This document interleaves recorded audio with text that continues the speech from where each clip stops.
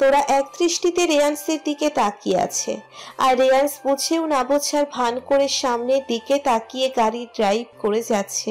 তার মুখে হালকা হাসির রেখা আছে, তবে সেটা সহজে কেউ ধরতে পারবে না কাছের মানুষ ছাড়া। তোরা গাড়িতে ওঠার পর থেকেই একভাবে তাকিয়ে আছে, কোনো কথা বলেনি। আর না রেয়ান্স বলেছে, আমি জানি রেয়ান্স তুমি এই কাজগুলো করেছো, এই সব কিছুর পেছনে তোমারই হাত আছে। সেটা আমাকে না বলেও আমি জানি তুমি আমার হয়ে প্রতিশোধ নিচ্ছ। যেহেতু তুমি আমাকে কিছু বলছো না এই ব্যাপারে, তাই আমি ওই ব্যাপার নিয়ে তোমাকে কিছু জিজ্ঞেস করব না। আমার উপর তোমার সম্পূর্ণ অধিকার আছে তোমার, তাই আমি তোমাকে এটা থেকে বঞ্চিত করতে পারি না। কিন্তু আমিও ঠিক আমার কাজ করব আমার মতো করে। সবাই যদি বড় হওয়ার জন্য অন্যকে ব্যবহার করতে পারে, তাহলে আমি আমার নিজের হাজবেন্ডের থেকে কেন এইটুকু সাহায্য নিব না? আমি জানি তুমি আমাকে ভালোবাসো, তুমি মুখে না বলেও আমি জানি তোমার চোখের দিকে তাকালে আমি দেখতে পাই আমার জন্য অবিরাম ভালোবাসা। তোমার মুখের হাসি বলে দেয় তোমার অনুভূতি। আমার দিকে যখন মুগ্ধ হয়ে তাকিয়ে থাকো, তোমার ওই দুটো চোখ যখন নেশায় ভরা হয়ে আমাকে দেখে, তখন দেখি তোমার ভালোবাসার গভীরতা। তোমার প্রত্যেকটা কথা, কাজ, ব্যবহার আমার জন্য তোমার চিন্তা সবকিছু চিৎকার করে বলে দেয়, তোরা আমি তোমাকে ভালোবাসি। হ্যাঁ, আমি তোমাকে ভালোবাসি, আর আমিও সেটা জানি। তোমার এই সমস্ত কিছু আমাকে দুর্বল করে দিয়েছে, তোমার প্রতি আমাকে আস্তে আস্তে বাধ্য করেছে, তোমার প্রতি অনুভূতির সৃষ্টি হতে বাধ্য করেছে, তোমাকে ভালোবাসতে। বারবার তোমার ভালোবাসা আমাকে তোমার কাছে টানে প্রতিটা মুহূর্ত। আমি বুঝতে পারি না আমি কি করব। আমি নিজেকে দুর্বল করতে চাই না, কিন্তু আমি দুর্বল হয়ে যাচ্ছি তোমার প্রতি। আমি চাই না আর নতুন করে কষ্ট পেতে, কিন্তু কেন জানি না তোমাকে আমার খুব বিশ্বাস করতে ইচ্ছে করে। ইনফ্যাক্ট আমি এখন তোমাকে বিশ্বাসও করি। আমি যে অবস্থায় ছিলাম আমি জানি না আমি কোনোদিনও স্বাভাবিক হতে পারতাম কিনা, কিন্তু দেখো তোমার সংস্পর্শে এসে আমি ধীরে ধীরে আবারও স্বাভাবিক হয়ে গেছি। আমি জানি আমাদের বিয়ে হয়ে গেছে, তুমি আমার হাজবেন্ড। আমি নিজেও চাই তোমাকে ভালোবাসতে। হয়তো আমার অজান্তে তোমাকে ভালোবাসি, কিন্তু সেটা হয়তো নিজে বুঝতে পারছি না। আমি চাই আমাদের সম্পর্ক আরো স্বাভাবিক 4-5টা সম্পর্কের মতো হোক, তার থেকে অসাধারণ হোক। আমি তোমাকে আমার বাঁধনে আবদ্ধ করতে চাই, তোমাকে আমার সম্পূর্ণ আমার করতে চাই রেয়ান্স। রেয়ান্স তোরা, হ্যাঁ আমি উত্তর পেয়ে গেছি। এটা তো আমাদেরই জুড়ে তৈরি, তোমার আমার নাম দিয়ে তৈরি। আর রাত রেয়ান্স, আর তোরার ত। উফ, এটা আমার আগে কেন মাথায় এলো না? মাথার বুদ্ধিগুলো সব ঘাস কাটতে গেছে দেখছি। কি হলো, হাসছো কেন? রেয়ান্স ভ্রু কুঁচকে বলে ওঠে। রেয়ান্সের কথায় তোরা চমকে ওঠে। বড় বড় চোখ করে তোরা রেয়ান্সের দিকে তাকায়। তার মুখ এখনো হা হয়ে আছে। তার মানে সে এতক্ষণ স্বপ্নের দুনিয়ার মধ্যে ছিল। সে এতক্ষণ নিজের মনে কথাগুলো বলছিল আর হাসছিল। উফ, এ তো দেখছি আমি নিজেই পাগল হয়ে যাব এই ছেলেটার জন্য। শেষে কিনা আমি হেসে দিলাম, এখন নিশ্চয় আমাকে পাগল ভাবছে। তোরা আবারও মনে মনে বলে ওঠে, কি হলো, এভাবে আছো কেন? মশা ঢুকে যাবে মুখে। রেয়ান্স দুষ্টু হেসে বলে ওঠে, কই কিছু না তো। তোরা নিজের মুখ বন্ধ করে হড়বড়িয়ে বলে ওঠে। রেয়ান্স তোরার অবস্থা দেখে মুচকি হাসতে থাকে। সে জানে যে তোরা এতক্ষণ তার দিকেই তাকিয়েছিল, এখন ধরা পড়ে গিয়ে চমকে উঠেছে। রেয়ান্স আর কোনো কথা না বলে মুচকি মুচকি হেসে গাড়ি চালাতে শুরু করে। তোরাও বাইরের দিকে মুখ ঘুরিয়ে হাসতে হাসতে থাকে ঠোঁট চেপে। তানিয়া, এসব কি নিউজ চলছে? হ্যাঁ, অভি তানিয়াকে ফ্লোর থেকে টেনে তুলে বলে ওঠে, কি হলো? কোনো কথা বলছো না কেন? হ্যাঁ, এই নিউজগুলো কি ট্রেন্ড হচ্ছে? অভি তানিয়াকে ধাক্কা দিয়ে চিৎকার করে বলে ওঠে, অভি, তুমি জানো না ওই ছবিতে কে কে আছে? তুমি জানো না? তানিয়া ও অভিকে ধাক্কা দিয়ে বলে ওঠে, হ্যাঁ আমি জানি, ওই ছবি আর ভিডিওতে আমি আছি, আর বাকিগুলো কে আছে বলো আমাকে। অভি বলে ওঠে। অভি, এখন তুমি আমাকে ব্লেম দিচ্ছ? তানিয়া চিৎকার করে বলে ওঠে, হ্যাঁ দিচ্ছি, কারণ তোমার বিরুদ্ধে অনেক অভিযোগ এসেছে, আর তাছাড়া বাকি ছবিগুলোতে যে আমি নেই সেটা তুমি খুব ভালো করে জানো তানিয়া। অভি তানিয়ার দুই বাহু চেপে বলে ওঠে। তানিয়া অভির কথা শুনে অভিকে নিচের থেকে সরিয়ে দিয়ে হাঁটু গেড়ে নিচে বসে পড়ে, হাত দিয়ে মুখ ঢেকে কান্না করতে থাকে। অভি, তুমি আমাকে অবিশ্বাস করছো? তুমি আমাকে এই কথাগুলো বলতে পারলে আমাকে? বলেই কান্না করতে থাকে। তানিয়া, আমি তোমাকে অবিশ্বাস করছি না, শুধু জিজ্ঞেস করছি। অভি বলে ওঠে। তানিয়া একবার মুখ উঠিয়ে অভির মুখের দিকে তাকিয়ে নিয়ে আবারও কান্না করতে থাকে। অভি, তুমি জানো আমি তোমাকে কতটা ভালোবাসি, তারপরেও তুমি আমাকে এই কথাগুলো বললে আমি মেনে নিতে পারছি না। তানিয়া বলে ওঠে। ওহো বেবি, আমি কি তোমাকে সেটা বলেছি? দেখো, আমি শুধু তোমাকে জিজ্ঞেস করেছি, তুমি তো জানো আমি কতটা চাপে আছি এখন। আমাকে কত কি সামলাতে হচ্ছে। আমাদের গ্রুপ এখন পুরো মিডিয়া দিয়ে ঘেরা, তাই হয়তো কি বলতে কি বলে ফেলেছি। অভি তানিয়ার কাছে এসে বলে ওঠে। অভি, তুমি আমাকে কখনো অবিশ্বাস করো না। তুমি তো জানো আমি তোমাকে কত ভালোবাসি। তুমি যদি আমাকে ভুল বুঝো তাহলে আমি নিজেকে শেষ করে ফেলবো। তানিয়া অভিকে জড়িয়ে বলে ওঠে। অভি তানিয়াকে জড়িয়ে রেখেছে একটু আগে, তার মধ্যে থাকা রাগ গলে জল হয়ে গেছে। তানিয়ার কথার জালের মধ্যে জড়িয়ে গেছে আবারও। এদিকে তানিয়া অভিকে জড়িয়ে রেখেই এক হাত দিয়ে চোখের পানি মুছে ফেলে ঠোঁটের কোণে বাঁকা হাসি ফুটিয়ে তোলে। অভি, তুমি সবসময় এর জন্য আমার সাথে জুড়ে থাকবে। তোমাকে কখনো আমার হাত থেকে যেতে দেব না। তুমি আমার সোনার পুতুল। তোমাকে ভালোবাসি, কিন্তু তার মানে এই নয় যে আমি অন্য কারোর দিকে তাকাতে পারবো না বা কারোর সাথে জড়াতে পারবো না। তোমাকে সবসময় আমার সাথেই থাকতে হবে। তোমাকে কিভাবে নিচের দিকে টেনে নিতে হয় সেটা আমি জানি, কিভাবে কথা চালে বেঁধে রাখতে হয় সেটা এই তানিয়া ভালোই জানে। তানিয়া নিচের মুখে বাঁকা হাসি ফুটিয়ে তুলে বলে ওঠে। অন্ধকার রুমের মধ্যে মৃদু আলো জ্বলছে। সামনের দেওয়ালে কয়েকজনের ছবি দেখা যাচ্ছে। হ্যাঁ, ওখানে দেখা যাচ্ছে তানিয়া, অভি আর মানান ফ্যামিলির ছবি। অন্ধকারের মধ্য থেকে আস্তে আস্তে একটা অবয়ব পরিষ্কার হতে থাকে আলোর মধ্যে। এগিয়ে যাচ্ছে দেওয়ালের ছবির দিকে। ছবির দিকে তাকিয়ে হাতে থাকা রেড মার্কার উঁচু করে তানিয়া ছবির উপরে ক্রস কাটতে থাকে।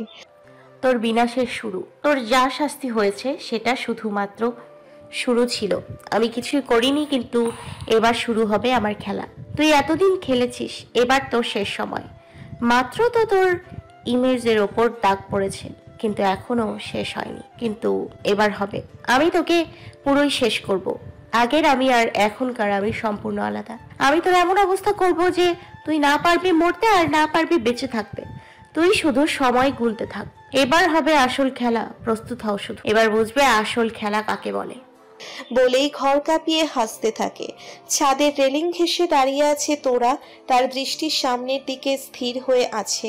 দুহাত রেলিং এর উপরে রেখে রাতের প্রকৃতি বিলাস করছে। পুরোই প্রকৃতির মাঝে ডুবে আছে মগ্ন হয়ে। হঠাৎ করেই কাঁধে কারোর স্পর্শ পায়। তোরা কোনো সাড়া না দিয়ে চুপ করে আছে। সে বুঝতে পারে কে হতে পারে। হ্যাঁ, কয়েক দিনের স্পর্শগুলোকে চিনে নিয়েছে, তাই বুঝতে দেরি হয়নি তার পিছনে রেয়ান্স আছে। রেয়ান্স তোরার কাঁধের উপর হাত রাখে। তোরা চুপ করে থাকা দেখেই আস্তে আস্তে হাতটাকে স্লাইড করে নিচের দিকে নামাতে থাকে। তোরা নিচের দুই হাতে রেয়ান্সের স্পর্শ পেয়ে আলতো কেঁপে ওঠে। নিঃশ্বাস ঘন হতে থাকে। রেয়ান্স তোরার হাতের থেকে স্লাইড করে দুই হাত দিয়ে তোরার কোমর জড়িয়ে ধরে নিচের বুকের সাথে লাগিয়ে নেয়। মুখ নামিয়ে এনে তোরার কাঁধের উপর নিচের থুতনি রেখে কানের পাতায় আলতো করে চুমু খেয়ে আর এই উষ্ণ স্পর্শে কেঁপে ওঠে। রেলিং এর উপরে থাকা হাতটাকে আরো চেপে ধরে। রেয়ান্স নেশাগ্রস্ত গলায় বলে ওঠে, তোরার অবস্থা এখন পুরোই বেহাল দশা। তোরা বারবার কেঁপে কেঁপে উঠছে রেয়ান্সের স্পর্শে। সে এখনো আগের মতো চোখ বন্ধ করে রেলিং এর ওপর হাত চেপে দাঁড়িয়ে আছে। রেয়ান্স তোরার কাঁধের ওপর নিচের মুখ রেখে ছোট ছোট উষ্ণ স্পর্শে ভরিয়ে দিচ্ছে তোরাকে। তোরার কেঁপে ওঠা তাকে আরো নেশাগ্রস্ত বানিয়ে দিচ্ছে। তোরার কোমরে থাকা হাতটা আরো একটু শক্ত করে নিজের বুকের সাথে তোরার পিঠ আরো গভীরভাবে মিশিয়ে নেয়। তোরার কাঁধের থেকে শার্ট নামিয়ে দিয়ে আলতোভাবে নিচের ঠোঁট স্পর্শ করায়। তোরা এতক্ষণ কিছুটা ঠিক থাকলেও এবার তার অবস্থা আরো করুণ হতে থাকে। রেলিং এর ওপরে থেকে হাত ছুটে গিয়ে তার কোমরের ওপরে থাকা রেয়ান্সের হাতের ওপর চেপে বসে যায়। সাথে আছে নিঃশ্বাসের যুদ্ধ। তার মধ্যে এখন একটা আলাদা অনুভূতির সৃষ্টি হয়েছে। হ্যাঁ, এটা প্রতিবারই হয় যখন রেয়ান্স তার কাছে আসে, কিন্তু এবারের অনুভূতিটা যেন আরো এক ধাপ বেশি গাঢ়। তোরার কাঁধ ঘাড় সংলগ্ন জায়গাতে রেয়ান্সের ঠোঁটের নিজের স্পর্শের বৃষ্টি হতে থাকে। তোরা এই অনুভূতি আর নিতে না পেরে রেয়ান্সকে ছেড়ে ঘুরে দাঁড়ায়। রেয়ান্সকে শক্ত করে জড়িয়ে ধরে জোরে জোরে নিঃশ্বাস নিতে থাকে। রেয়ান্স তোরার এমন করাতে মুচকি হেসে ফেলে। তোরাকে নিজের বুকের সাথে মিশিয়ে নেয়। এক হাত কোমরে রেখে অন্য হাত গালে রেখে মুখটা নিচের বুকের থেকে তুলে ধরে। তোরা চোখ বন্ধ করে রেখেছে। তার মুখের উপর আঁচড়ে পড়ছে রেয়ান্স উষ্ণ নিঃশ্বাস। রেয়ান্স তোরাকে চোখ বন্ধ করে থাকতে দেখে তোরার কপালে নিজের ঠোঁট স্পর্শ করিয়ে গভীর এক ভালোবাসার ছোঁয়া দেয়। তোরা চোখ খুলে দেখে তার মুখের সাথে লেগে রেয়ান্স এক দৃষ্টিতে তার দিকে তাকিয়ে আছে।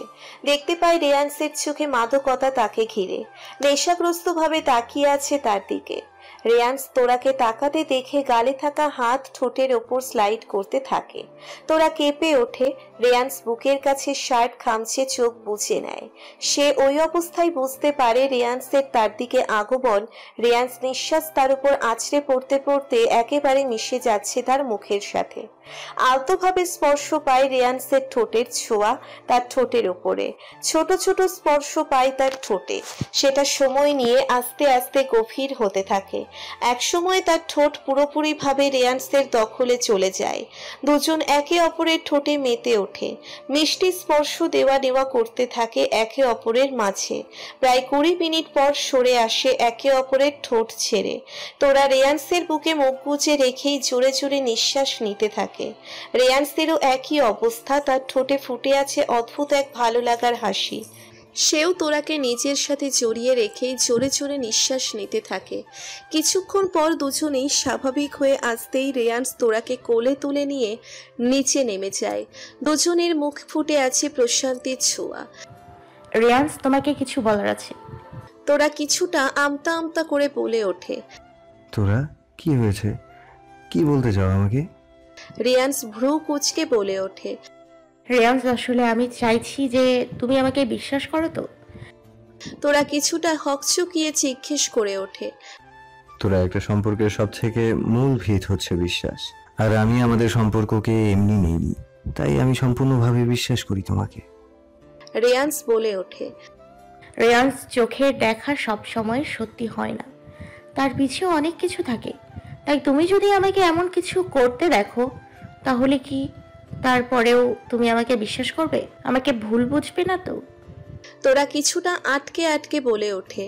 রেয়ান্স ভ্রু কুচকে তোরার দিকে তাকিয়ে দেখে তোরা তার দিকে প্রশ্ন চোখে তাকিয়ে আছে। রেয়ান্স তোরার দিকে এক পা এগিয়ে গিয়ে তোরার কোমর ধরে হ্যাঁচকা টান দিয়ে নিচের বুকে এনে ফেলে। তোরা রেয়ান্সের এমন করাতে কিছুটা চমকে যায়। রেয়ান্স তোরার মুখের উপরে পড়া চুলগুলোকে আঙ্গুল দিয়ে কানের পিছে গুজে দেয়। তোরার মুখের উপর ফু দিয়ে কপালে একটা চুমু খায়। ওয়াইফি, আমি তোমাকে বিশ্বাস করি মন থেকে, এই যে এখান থেকেও। রেয়ান্স নিচের বুকের বাম পাশে ইশারা করে বলে ওঠে। আমি জানি তুমি এমন কিছু করবে না কোনো কারণ ছাড়া যাতে আমার বিশ্বাস ভেঙে যায়। আর তাছাড়া যদিও এমন কিছু হয় বা দেখি, তাহলেও আমি তোমাকে ভুল বুঝবো না, কারণ আমি জানি এর পিছে কোনো কারণ আছে। রেয়ান্স মৃদু আওয়াজে বলে ওঠে।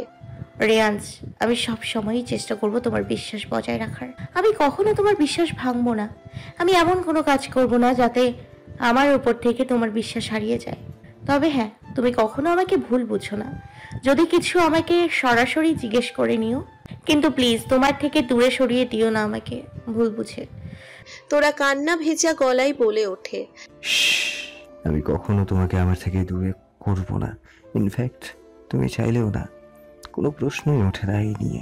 তুমি তোমার কাজ করে যাও, তবে হ্যাঁ, একটা কথা সব সময় মনে রাখবে।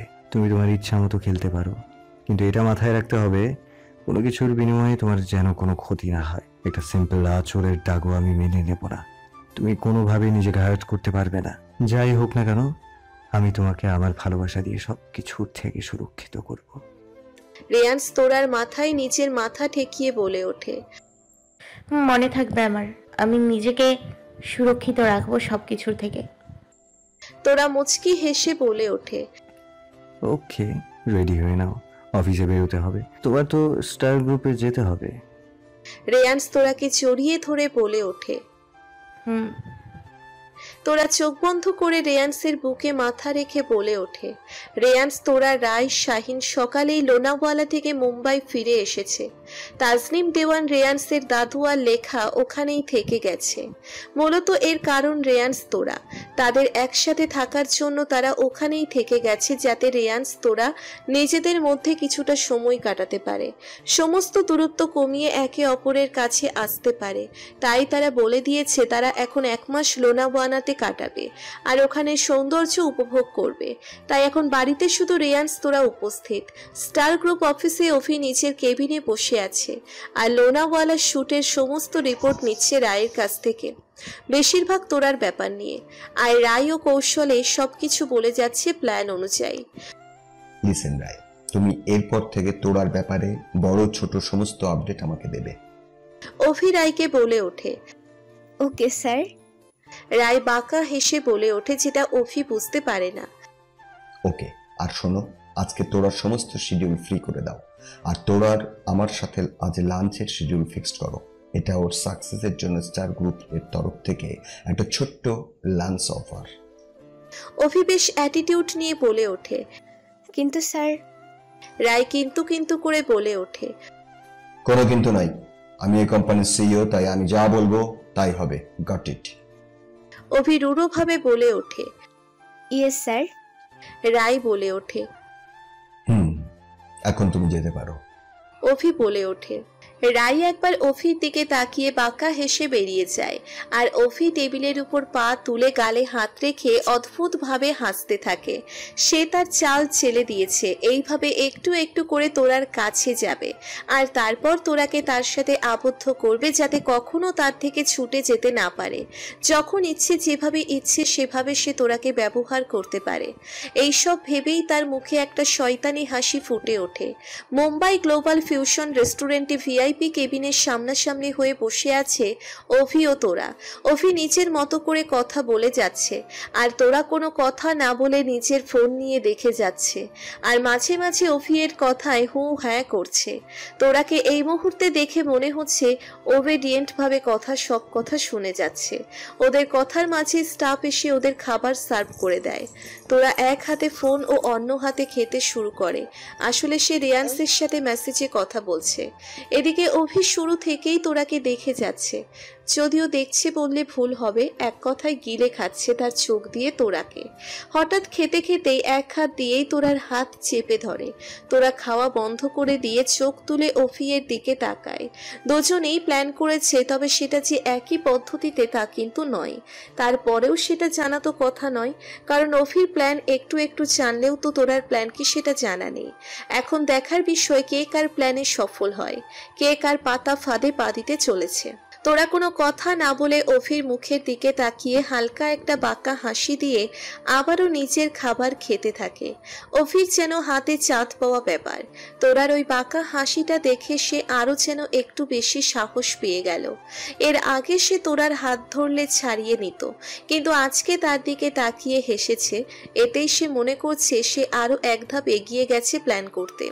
তোরা নিজের মতো খেয়ে যাচ্ছে আর হাতে থাকা ফোন নিয়ে ঘেঁটে যাচ্ছে। সে এখন নিজেকে স্বাভাবিক রাখলেও তার ভিতরে মনে হচ্ছে যেন একটা নোংরা পোকা যেন তার হাতে বেয়ে বেড়াচ্ছে। তার মনে হচ্ছে যেন তার হাতটা পুরো নোংরা হয়ে গেছে। তোরা চুপচাপ নিজেকে শান্ত রেখে খেয়ে যাচ্ছে। তোরা নিজের খাওয়া শেষ করে অভিয়ের হাত থেকে নিজের হাত ছাড়িয়ে নিয়ে একটা বাঁকা হাসি অভিয়ের দিকে তাকিয়ে। তার কাজ হয়ে গেছে, এবার শুধু অপেক্ষার পালা। অভিও তোরার হাসি দেখে খুশি হয়ে যায়। তার এটা মনে হতে থাকে তোরা আস্তে আস্তে তার টোপ গিলছে, কিন্তু সে বুঝতে পারে না তার সাথে কি হতে যাচ্ছে। রেস্টুরেন্ট থেকে বের হয়েই অভি ড্রপ করে নিতে চাইলেও তোরা নাকচ করে দেয়। অভি গাড়ি নিয়ে বেরিয়ে যেতেই পিছন দিক থেকে তোরার কাঁধে কেউ হাত রাখে। তোরা পিছনে তাকিয়ে দেখে রিয়ান্স দাঁড়িয়ে আছে, মুখে মাস্ক, চোখে সানগ্লাস, পুরো মুখটা কভার করা আছে যাতে তাদের কেউ চিনতে না পারে। রিয়ান্স তোরার তাকানো দেখে হাত দেখিয়ে ইশারায় ডান বোঝায়। পৌঁছায়। তোরা কোনো কথা না বলে মুচকি হেসে মাথা নাড়িয়ে দেয়। রেয়ান্স তোরার কাঁধ জড়িয়ে নিয়ে গাড়িতে বসে। সামনে সিটে শাহিন ও রায় বসে আছে। রেয়ান্স বসেই তার কাজ শুরু করে, মানে তোরার হাত ক্লিনের কাজ। রায় সামনের মিরর দিয়ে রেয়ান্স ও তোরার দিকে দেখতে থাকে। সে বুঝতে পারে তোরা এত তাড়াতাড়ি কি করে রেয়ান্সের প্রতি দুর্বল হয়ে পড়েছে। রায়ের সামনে এখন কারণটা স্পষ্ট হয়ে গেছে। দেখে তোরার মুখের হাসিটা কত সুন্দর লাগছে। না আছে এতে কোনো অভিনয়ের খেলা। এর আগে যখন তোরার সাথে অফির বিয়ে ঠিক হয়েছিল তখন দেখেছিল অফিয়ের সাথে থাকলে তোরা নিজেকে কেমন একটা গুটিয়ে রাখতো, মুখে সব সময়ে প্লাস্টিকের হাসি থাকতো।